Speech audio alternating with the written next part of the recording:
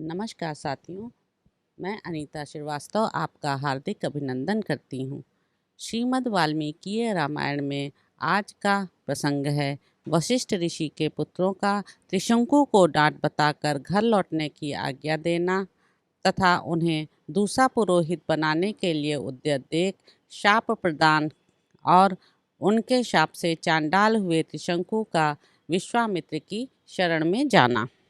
रघुनंदन राजा त्रिशंकु का यह वचन सुनकर वशिष्ठ मुनि के वे 100 पुत्र कुपित हो उनसे इस प्रकार बोले, दुर्बुद्धे, तुम्हारे सत्यवादी गुरु ने जब तुम्हें मना कर दिया है तब तुमने उनका उल्लंघन करके दूसरी शाखा का आश्रय कैसे लिया। समस्त इक्ष्वाकुवंशी क्षत्रियों के लिए पुरोहित वशिष्ठ जी ही परम गति हैं। उन सत्यवादी महात्मा की बात को कोई अन्यथा नहीं कर सकता। जिस यज्ञ कर्म को उन भगवान वशिष्ठ मुनि ने असंभव बताया है उसे हम लोग कैसे कर सकते हैं।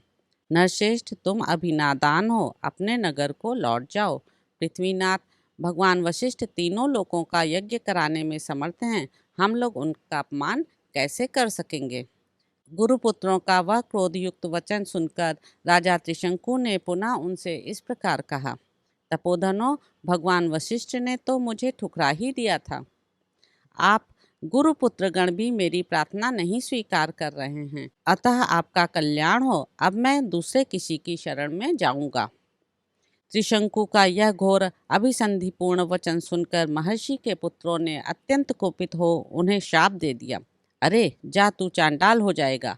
ऐसा कहकर वे महात्मा अपने अपने आश्रम में प्रविष्ट हो गए। तदंतर रात व्यतीत होते ही राजा त्रिशंकु चांडाल हो गए। उनके शरीर का रंग नीला हो गया, कपड़े भी नीले हो गए, प्रत्येक अंग में रुक्षता आ गई, सिर के बाल छोटे छोटे हो गए, सारे शरीर में चिता की राख सी लिपट गई, विभिन्न अंगों में यथास्थान लोहे के गहने पड़ गए। श्री राम अपने राजा को चांडाल रूप में देखकर सब मंत्री और पूर्ववासी जो उनके साथ आए थे उन्हें छोड़कर भाग गए। ककुस्थ नंदन, वे धीर स्वभाव नरेश दिन रात चिंता की आग में जलने लगे और अकेले ही तपोधन विश्वामित्र की शरण में गए। श्री राम, विश्वामित्र ने देखा राजा का जीवन निष्फल हो गया है। उन्हें चांडाल के रूप में देखकर उन महातेजस्वी परम धर्मात्मा मुनि के हृदय में करुणा भर गई। वे दया से द्रवित हो भयंकर दिखाई देने वाले राजा त्रिशंकु से इस प्रकार बोले, महाबली राजकुमार, तुम्हारा भला हो। यहाँ किस काम से तुम्हारा आना हुआ। वीर अयोध्या नरेश, जान पड़ता है तुम शाप से चांडाल भाव को प्राप्त हुए हो।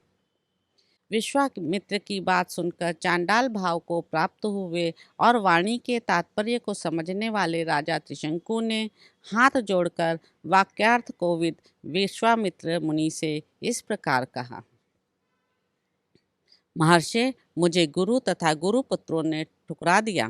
मैं जिस मनो अभीष्ट वस्तु को पाना चाहता था उसे न पाकर इच्छा के विपरीत अनर्थ का भागी हो गया। सौम्य दर्शन मुनीश्वर, मैं चाहता था कि इसी शरीर से स्वर्ग को जाऊं, परंतु यह इच्छा पूर्ण न हो सकी। मैंने सैकड़ों यज्ञ किए हैं किंतु उनका भी कोई फल नहीं मिल पा रहा है। सौम्य, मैं क्षत्रिय धर्म की शपथ खाकर आपसे कहता हूँ कि बड़े से बड़े संकट में पड़ने पर भी न तो पहले कभी मैंने मिथ्या भाषण किया है और न भविष्य में ही करूँगा। मैंने नाना प्रकार के यज्ञों का अनुष्ठान किया, प्रजाजनों की धर्मपूर्वक रक्षा की और शील एवं सदाचार के द्वारा महात्माओं तथा गुरुजनों को संतुष्ट रखने का प्रयास किया। इस समय भी मैं यज्ञ करना चाहता था, अतः मेरा यह प्रयत्न धर्म के लिए ही था। मुनिवर, तो भी मेरे गुरुजन मुझ पर संतुष्ट न हो सके। यह देखकर मैं दैव को ही बड़ा मानता हूँ। पुरुषार्थ तो निरर्थक जान पड़ता है।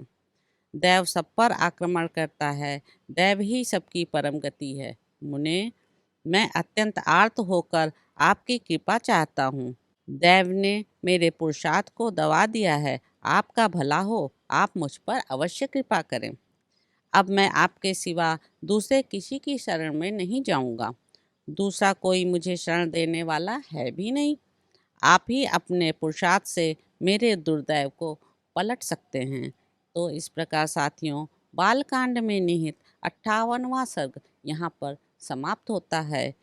इसके अगले अंक में आप जानेंगे कि विश्वामित्र का त्रिशंकु को आश्वासन देकर उनका यज्ञ कराने के लिए ऋषि मुनियों को आमंत्रित करना और उनकी बात न मानने वाले महोदय तथा ऋषिपुत्र को शाप देकर नष्ट करना। यदि आपको मेरा प्रयास सार्थक लग रहा है तो इस चैनल को लाइक करें, सब्सक्राइब करें, शेयर करें।